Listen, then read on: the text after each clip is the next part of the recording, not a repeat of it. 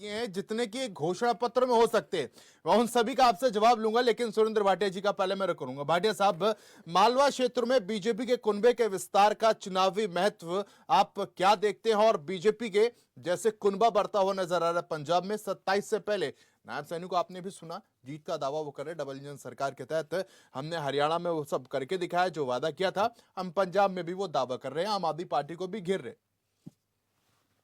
ऐसा शाहबाज जी, हमारे जो मुख्यमंत्री हैं नायब सिंह सैनी जी निरंतर पंजाब में जा रहे हैं और भारतीय जनता पार्टी ने एक रणनीति के तहत उनको, क्योंकि वो सबसे नियरेस्ट है, पंजाब और हरियाणा की राजधानी चंडीगढ़ में रहते हैं और 100-200 किलोमीटर का सफर वो कर सकते हैं।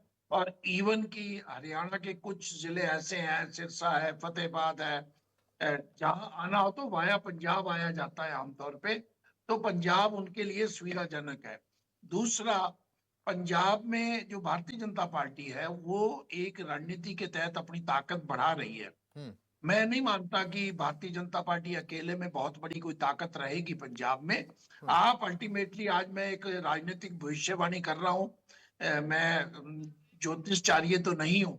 अल्टीमेटली अकाली दल और भारतीय जनता पार्टी एक बार फिर एकजुट होंगे और ये मोल भाव करने के लिए अकाली दल और जो भारतीय जनता पार्टी के बीच में अगर शक्ति बढ़ेगी, कैप्टन अमरिंदर सिंह जी आए और बड़े बड़े नाम आए, सुनील जाखड़ जी आए, कांग्रेस के लगने के बावजूद भी भारतीय जनता पार्टी को कोई विशेष सफलता नहीं मिली पंजाब में। लेकिन नाम बड़े से कुछ ना कुछ असर तो होता ही है।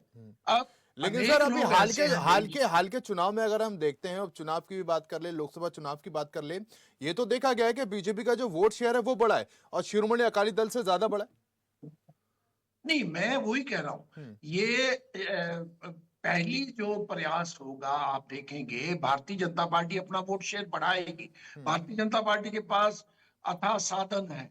उसके अतिरिक्त देश में अड़ोस पड़ोस के राज्यों में उनकी सत्ता है, तो उनके मुख्यमंत्रियों को कुछ इलाकों में राजस्थान के मुख्यमंत्री भी जाएंगे, हरियाणा के मुख्यमंत्री भी जाएंगे और भी जाएंगे।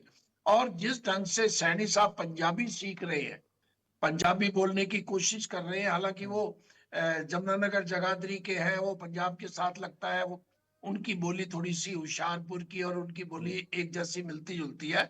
और पगड़ी, जब वो पगड़ी बांध लेते हैं तो वो, कोई उनको ये नहीं कह सकता भी वो सिख कम्युनिटी से हैं या क्या है। भारतीय जनता पार्टी एक रणनीति के तहत उनको वहां पे निरंतर 27 तक लगाए हुए है। वोट शेयर भी बढ़ेगा, अपनी ताकत भी बढ़ेगी।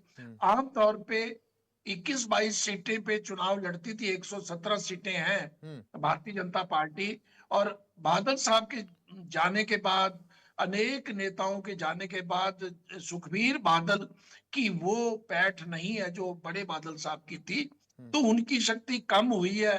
और आप देखेंगे जिस ढंग से कभी लोकदल हरियाणा में इनेलो जो होता था, वो 4 इलेक्शन देवीलाल जी ने और बीजेपी ने इकट्ठे लड़े थे।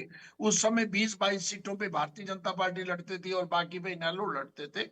मैं ये देख रहा हूं, आने वाले विधानसभा चुनाव में बादल, अकाली दल बादल का और भारतीय जनता पार्टी में समझौता होगा। अगर ये अपनी शक्ति नहीं बढ़ाएंगे तो बादल साहब उनको कितनी सीटें देंगे? 20-22-25। अब 50-50 पे जाके आंकड़ा रुकेगा। और निरंतर भारतीय जनता पार्टी, अनेक नेता भारतीय जनता पार्टी में शामिल होंगे। अभी आप देखेंगे जिसकी भी सत्ता होती है उसके विरुद्ध कोई ना कोई, देखो जैसे हरियाणा में भारतीय जनता पार्टी ने अनेक वादे पूरे अभी तक नहीं किए हैं जो उन्होंने किए थे चुनाव में। लाडो लक्ष्मी स्कीम का भी उन्होंने विभाजन सा कर दिया है। लेकिन अभी भी अनेक योजनाओं में, जैसा कि पेंशन जो है, वृद्धावस्था पेंशन है, विडो पेंशन है, दिव्यांग पेंशन है, वो सबसे ज्यादा हरियाणा में, देश में सबसे ज्यादा हरियाणा में दी जा रही है। पंजाब अभी ठीक। जहां 1100 रुपए पे खड़ा है महिलाओं को देने के लिए, यहाँ चाहे 6 लाख 7 लाख महिलाओं को 2100 रुपए दिया गया है। वादा सभी महिलाओं को देने का था। तो निश्चित रूप से ठीक। हर पार्टी अपनी जो पक्ष की बातें हैं वो जनता में चलिए, हर रखेगी। पार्टी जो अपने पक्ष की बातें जनता के समक्ष यहाँ पर रख रही है। चर्चा को हम जारी रखेंगे। एक छोटे से ब्रेक के लिए यहाँ पर रुक रहे, ब्रेक के उस पार ये चर्चा लगातार